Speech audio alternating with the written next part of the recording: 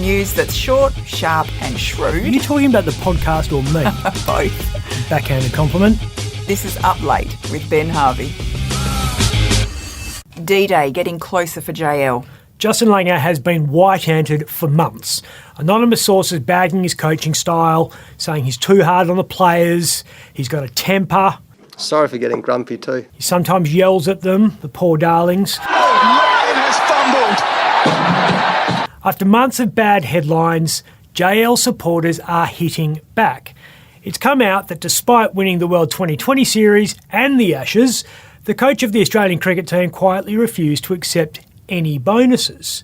He turned down hundreds of thousands of dollars in incentive payments because he thought it was morally wrong to take the cash at a time when Cricket Australia was sacking 40 staff to keep afloat during COVID. Now, how many times have you heard of a company executive saying no to a fat cheque? He still gets around $900,000 a year though. I reckon he's earned it. Have a look at his career. 1993, he's 22 years old and he debuts at Adelaide Oval against a West Indies pace lineup that's one of the most feared ever assembled. Ian Bishop, Curtly Ambrose and Courtney Walsh. This was the first ball Langer faced for Australia. The same line will be the attack from Bishop. Even Booney was worried. This was the second ball he faced. Took his eyes off the ball, turned his back. Langer survives his first over against Bishop and then has to face Ambrose, who does this to Booney. Boone on the arm, that's a very bad one. Do you know how hard you have to hit David Boone to send him off? He's like the sporting equivalent of a stegosaurus. Then Langer cops another one. This is still his first test match for Australia, remember. Welcome to international cricket. So you can understand why occasionally he might be a bit grumpy. And the Australian 11 needed some tough love. He turned a team of prima donna cheats and dick pic enthusiasts into an outfit capable of winning the Ashes. And he's having to argue the case that his contract should be extended. It's not like he's the only successful sports coach to go off chops.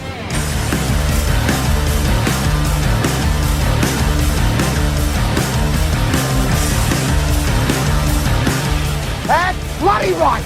That's like you on Deadline. Or you when you talk about Mark Zuckerberg. True. It's the battle of the billionaires. Andrew Forrest, Australia's richest man, breakfast aficionado, The world's going to need so much energy. and Sports Illustrated swimsuit edition contender, has hit the world's fifth richest man, Facebook's Mark Zuckerberg, with a criminal lawsuit because he says the social media giant pushed its users into cryptocurrency scams that used his image to legitimise themselves. Twiggy's been asking politely since 2019 for the ads to be taken down. He even wrote an open letter to Zuckerberg about it. And he was ignored. So were the other celebs used to dupe investors. So now the gloves are off. And the lawyers are on. Nothing wrong with that. He's accusing Facebook of breaching Australia's money laundering laws, a legal tactic so unusual it required the consent of Attorney General Michaelia Cash. Here's the best bit. Zuckerberg and Forrest's lawyers, who will no doubt be the best and most highly paid in the world, Well, I'm a professional. I'm serious and I'm a professional. aren't going toe-to-toe in the US Supreme Court or the Hague or the Privy Council. They're doing it in the Perth Magistrates Court, listed on March 28, alongside first appearance hearings of bikies on assault charges, meth zombies, petty thieves, and fine defaulters. Forrest is also suing Facebook, or Meta as its parent company is now known, in its home state of California. In that court lodging, he claims Facebook aided and abetted fraud and knowingly profited from the illegal ads, including from one Australian investor who lost $952,000. Ouch. What's amazing is someone stupid enough to fall for this scam had $952,000 in the first place, but that's a different show. Yeah, scammers have PhDs in stealing these days. What's Forrest want? Twiggy says, I want social media companies to use more of their vast resources and billions of dollars in annual revenue to protect vulnerable people who are targeted and fall victim to these scams.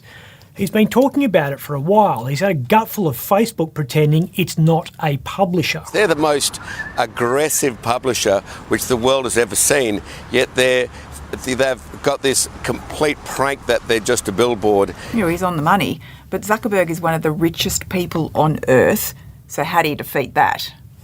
Last year's AFR Rich List put Twiggy's worth at $27 billion. That's just shy of Gina's $31 billion. Forbes put Zuckerberg's wealth at 97 billion US.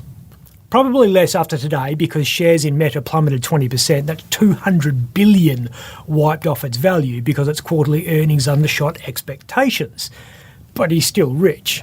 He's behind Tesla's Elon Musk, Amazon's Jeff Bezos, Louis Vuitton boss Bernard Arnault, and Microsoft's Bill Gates.